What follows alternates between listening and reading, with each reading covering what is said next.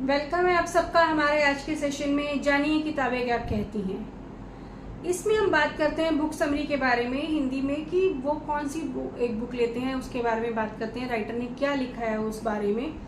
और ये हमारा सेशन उन लोगों के लिए भी होता है जो बुक के बारे में जानना इंटरेस्ट रखते हैं कि कौन सी बुक में क्या दिया हुआ है। तो चलिए स्टार्ट करते हैं हमारा आज का सेशन। आज की जो हमारी बुक होने वाली है वो एक स्पेशल बुक होने वाली है। एक लड़की के बारे में बुक है ये, और ये बुक के बारे में अगर हम बात करें तो ये बुक है एक युवा लड़की की diary, the diary of a young girl by Anne Frank. और इसकी जो राइटर है वो भी यही एनी फ्रैंक ही है। ये बुक आप देख सकते हैं, ये बुक हिंदी इंग्लिश दोनों में मिल जाती है।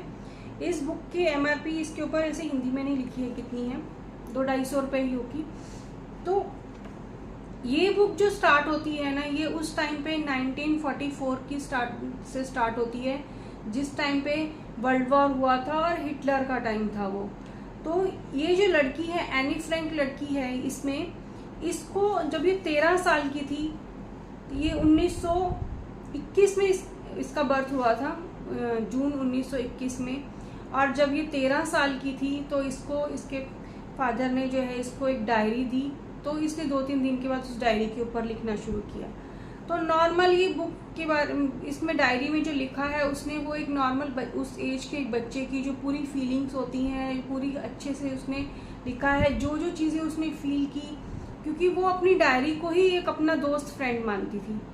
तो उसके बाद उसके साथ जो जो हुआ, क्योंकि उस टाइम पे वो किस तरह से बचने के लिए अपने फादर के उसके फादर जहाँ काम करते थे वहाँ पर वहाँ एक मंजिल थी, वहाँ पर वो लोग छुपे, क्योंकि उस टाइम जो यहूदियों के ऊपर जो है हिटलर ने बहुत आतंक किया था कि उन लोगों को पूरा मार दो या उनको पकड़ के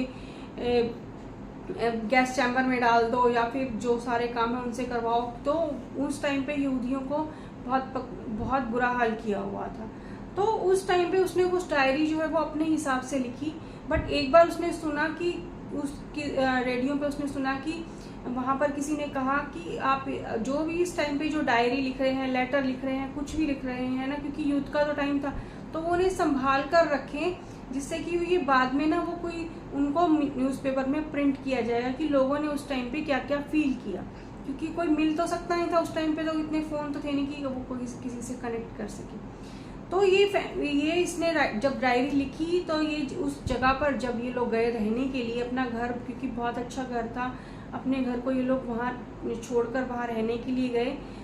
तो वहाँ इनके साथ एक और फैमिली भी रुकी। ये इस फैमिली के 4 लोग थे। ये थी इसकी एक बड़ी बहन थी मार्गरेट, इसके मम्मी पापा थे, प्लस वो फैमिली के 3 लोग थे। बट बाद में एक डॉक्टर थे, वो भी उनके साथ रहने लगे। तो उसने वो हर चीज़ लिखी। ये डायरी लिखती थी 1 या 2 दिन के बाद डायरी लिखती थी, कई बार हफ्ते बाद भी डायरी लिखती थी। बट उस इन बिटवीन जो सारी बातें होती थी उन सब बातों को ये उसमें लिखती थी। और जब ये डायरी हम पढ़ते हैं तो लगता नहीं कि ये 13-14 साल के बच्चे ने एक डायरी लिखी है, कि बहुत बहुत अच्छी तरह से लिखी है। बहुत सारी फीलिंग्स उसने अपनी डाली हैं, सामने वाली की किस तरह से उसने फीलिंग्स को देखा, वो क्या महसूस कर रहे हैं उस टाइम पे, युद्ध में जो चल रहे थे वो लोग किस तरह से महसूस कर रहे थे, उस टाइम का जो सिचुएशन थी, लोग किस तरह से मारे जा रहे थे, हिटलर ने कितना आतंक मचाया हुआ था, उन सब के बारे में इस डायरी में लिखा है। तो डेफिनेटली आप ये डायरी पढ़ सकते हैं। तो जब ये लोग गए उस रहने के लिए, जहाँ ये रहने गए थे वहाँ इसके फादर का ऑफिस था।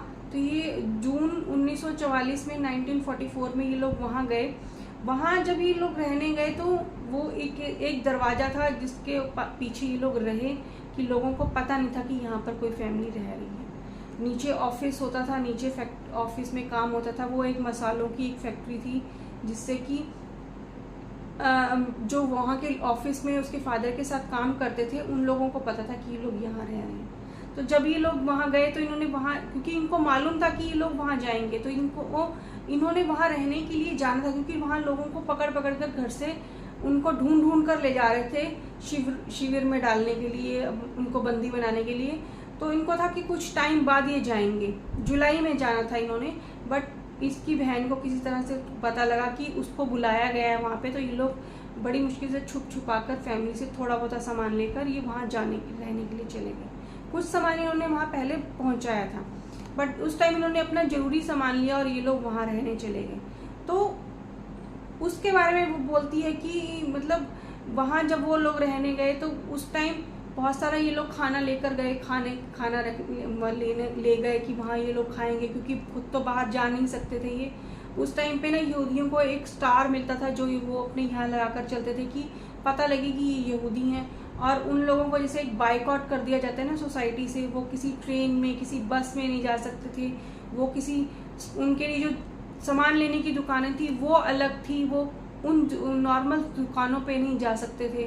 तो उन लोगों के साथ बहुत ना अछूतों जैसा व्यवहार तो किया जाता था, प्लस उनको पकड़ के और जेलों में और डाला जाता था, उनसे काम करवाया जाता था। तो जब ये वहाँ रहने गए तो उस रहने से लेकर उसने जब तक वो पकड़ी गई तब तक वो उसने उस दिन तक का उसने सारी डिटेल्स जो लिखी है कि वो और उसकी फैमिली वहाँ गए। तो उसकी जो एक और फैमिली थी उसमें एक लड़का था पीटर, और उसके मम्मी पापा थे, वो किस तरह से लड़ते थे, उनके लड़ने की क्या सिचुएशन थी। तो वहाँ वो किस तरह से खाने को स्टोर कर के रखते थे कि वहाँ जो उनके फादर के ऑफिस में जो लोग थे वो उनके लिए कुछ सामान मंगवाना होता था तो वो लेकर आते थे, क्योंकि राशन पे सामान मिलता था कि अगर यहूदियों को राशन पे सामान मिलेगा, बट अगर उनको वो राशन लेने जाएंगे खुद से तो वो उनको तो पकड़ के ले जाएंगे, तो इसलिए वो उनसे सामान मंगवाते थे। और जो सामान की कीमतें थी वो बहुत ज़्यादा रेट्स जो है वो बहुत बढ़ गए थे, बट उस टाइम उन्हें था कि वो किसी तरह से बच जाए। तो वो वहाँ लिखती है एक जगह पे कि उसके फादर जो थे वो बहुत अमीर थे, उस काम जहाँ वो काम कर रहे थे पर वहाँ वो एम्प्लॉय थे, उससे पहले जो उसके दादा थे वो बहुत अमीर थे, उसके फादर ने पूरी ऐश की, बहुत अच्छी सी लाइफ जी, उसकी माँ भी पढ़ी लिखी थी। उसकी बहन के साथ वो बताती है कि उसकी बहन के साथ उसकी इतनी बनती नहीं थी, और कहीं वो क्योंकि उसने अपनी पूरी फीलिंग लिखी है इसमें कि वो उसकी मम्मी को वो पसंद नहीं करती थी, वो कई बार चाहती थी कि उसकी माँ और बहन मर जाएं, क्योंकि वो हमेशा उसको एक नीचा दिखाने के लिए कोशिश, उसको लगता था कि ये मेरे को कुछ नहीं समझते हैं। शायद वो 13-14 साल के बच्चों की कई बार इस तरह से एक सिचुएशन हो जाती है कि वो उनको लगता है कि हमें कोई नहीं समझता या हम किसी को नहीं समझते हैं। तो उसने वो पूरी डिटेल से लिखा है इस बुक में, फिर किस तरह से वो चीज़ों को रिस्टोर करके रखते थे। और वो जो एक दूसरी फैमिली थी, वो जो पीटर थी उसकी जो मदर थी वो खाना बनाने में वो हेल्प करवाती थी, और वो उनके बीच में किस तरह से लड़ाइयाँ होती थी, फिर वो लड़ाइयों को वो सॉर्ट आउट करते थे। और कई बार ऐसी सिचुएशन होती थी कि नीचे अगर फैक्ट्री में काम हो रहा था तो अगर उन लोगों को टॉयलेट जाना है तो कई बार वो ऐसे जाते थे कि वो सुबह गए हैं तो वो सारा दिन टॉयलेट नहीं जा पाते थे, क्योंकि वहाँ अगर फ्लश करेंगे तो आवाज़ जाएगी, क्योंकि वो किसी पर विश्वास नहीं कर सकते हैं कि कोई भी बता देगा, कुछ लोगों पर ही वो विश्वास कर सकते थे।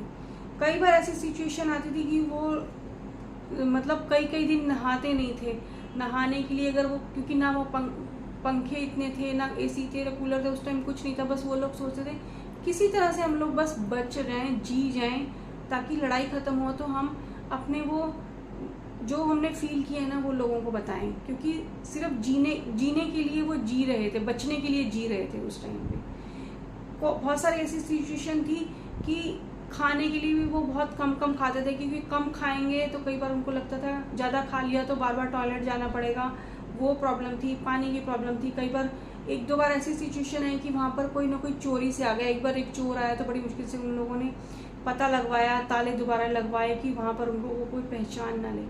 फिर एक बार ऐसी सिचुएशन है कि उन लोगों को कोई पकड़ ना ले, तो क्योंकि वो जो फैक्ट्री थी जो उसका मालिक था उसने वो किसी और को बेच दिया, और वो वहाँ इंस्पेक्शन देखने के लिए आया जिसने जगह खरीदी थी। तो वो यही डर रहे थे कि कहीं वो जिस जगह वो रह रहे थे उस दरवाजे के ऊपर उन्होंने ना एक लाइब्रेरी, वो एक बुक शेल्फ बनवा दी थी कि लगे कि ये बुक शेल्फ है, बट उसके वो पीछे रह रहे थे कि कहीं वो ये ना बोले कि इसके पीछे क्या है, मुझे खोल कर दिखाओ। तो वो बड़ी मुश्किल से वो बहुत मुश्किल से वो बचे, उसने लिखा है उसमें। फिर जब लड़ाई होती थी, गोली बारूद चलता था, तो ऐसे लगता था, वो कहते हैं कि जैसे हमारे बिस्तर के साथ से निकल कर जा रहा है, हम लोग अभी मर जाएंगे। और कई बार ऐसा होता था कि वो इतना डर जाती थी कि वो पूरी रात, उसने 1-2 रात का ऐसा लिखा है कि वो हर आधे घंटे में कभी अपने बिस्तर पे होती थी, कभी अपने पापा के साथ सोती थी, कभी अपने बिस्तर पे आती थी, फिर पापा के साथ सोती थी। तो उसने बहुत सारी फीलिंग्स लिखी इसमें।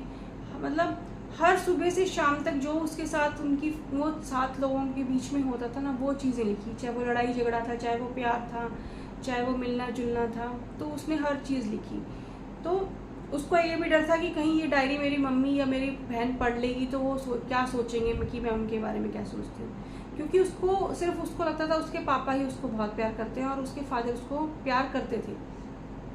फिर वहाँ जो वो लड़का था एक पीटर, वो 16-17 साल का था, तो पहले उनकी बहुत कम बात होती थी, तो फिर वो हर बात उसमें लिखती थी। तो उसने अपनी डायरी को नाम दिया था किटी, कि किटी तुम मेरी फ्रेंड हो, मैं तुम्हें सारी बातें जो है वो बताऊंगी।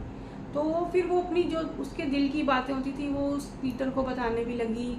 तो कहीं उसको लगता था कहीं मेरी बहन को पीटर अच्छा लग रहा है या उसे पीटर अच्छा लग रहा है। तो फिर उसने देखा कि उसकी बहन और पीटर की एज सेम थी, तो उसको लगा कि नहीं, कि मैं पीटर के साथ जो है मैं अपना रिश्ता बनाऊंगी, जब हम यहाँ से निकल जाएंगे तो हम शादी करेंगे। क्या पीटर की माँ शादी के लिए तैयार होगी, क्योंकि कहीं पीटर की माँ जो थी वो भी उसकी गलतियाँ कमियाँ निकालती थी, उसके पेरेंट्स को बोलती थी, क्योंकि सारा दिन उन लोगों के पास करने के लिए कुछ नहीं था, बस उसकी कमी उसके साथ लड़ लिया। तो बहुत टाइम उन लोगों को ऐसा लगता था कि हम लोग शायद पकड़े जाएंगे या फिर हम लोगों के ऊपर बम गिर जाएंगे।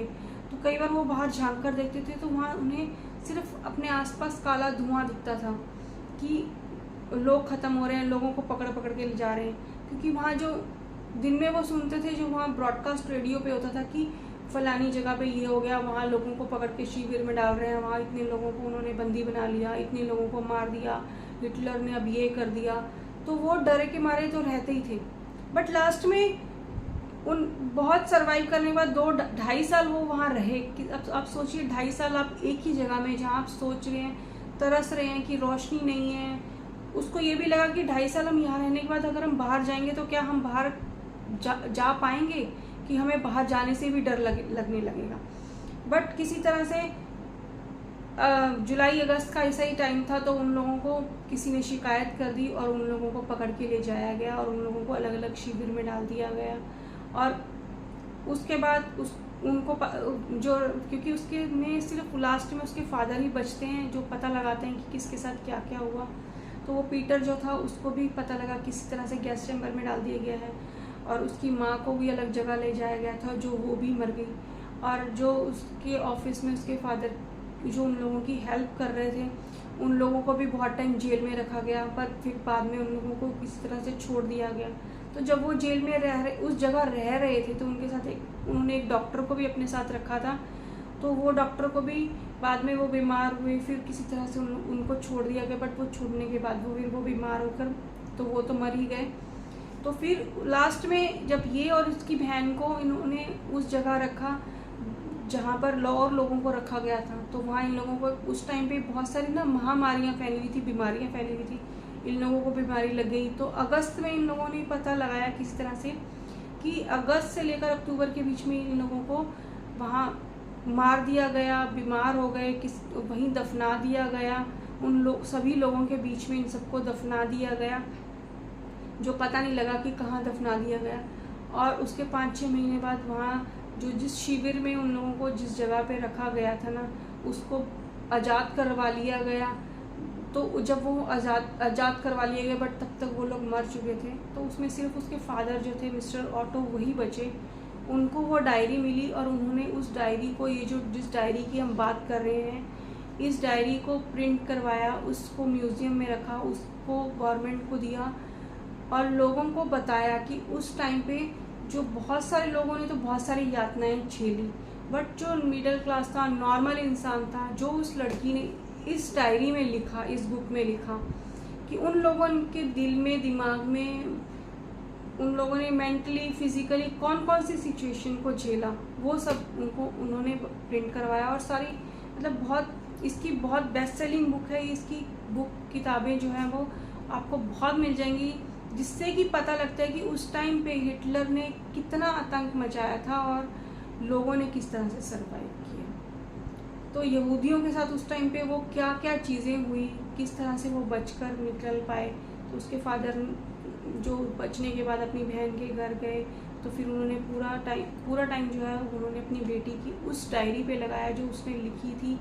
और आपको ये बुक एक बार ज़रूर पढ़नी चाहिए, जिससे ये पता लगता है कि उस टाइम पे लोगों ने तो जो झेला और उस एक लड़की जो एनी फ्रैंक है उसकी समझ उस टाइम पे वो कितनी समझ थी कि उसने सबकी फीलिंग को किस तरह से लिखा, अपनी फीलिंग को लिखा, दूसरों की फीलिंग लिखा, सभी की फीलिंग को किस तरह से लिखा। तो ये एक मतलब बहुत अच्छी सी हार्ट टचिंग सी स्टोरी है, एक रियल स्टोरी है, बहुत एक हमें लाइफ का लेसन देकर जाती है। तो डेफिनेटली ये बुक आपको पढ़नी चाहिए। इस बुक का जो लिंक है वो मैं डिस्क्रिप्शन में डाल दूँगी। तो ये बुक समरी हमारी यहीं तक थी। बुक में बहुत कुछ है, एक बार आपको ये बुक ज़रूर पढ़नी चाहिए, क्योंकि इतने में बताने में ये बुक सिर्फ ऊपर से बताई गई है, इसके अंदर जो बहुत सारी चीज़ें उसने कही है, फीलिंग्स हैं, वो नहीं बताई जा सकती है इतने टाइम में। तो डेफिनेटली आप ये बुक लीजिए, पढ़िए, इंग्लिश हिंदी में पढ़िए। तो मिलते हैं नेक्स्ट टाइम किसी और बुक के साथ, किसी और बुक समरी के साथ, किसी और बुक हॉल के साथ, किसी और वीडियो के साथ। तब तक एंजॉय टुडे। मिलते हैं नेक्स्ट टाइम नेक्स्ट वीडियो में।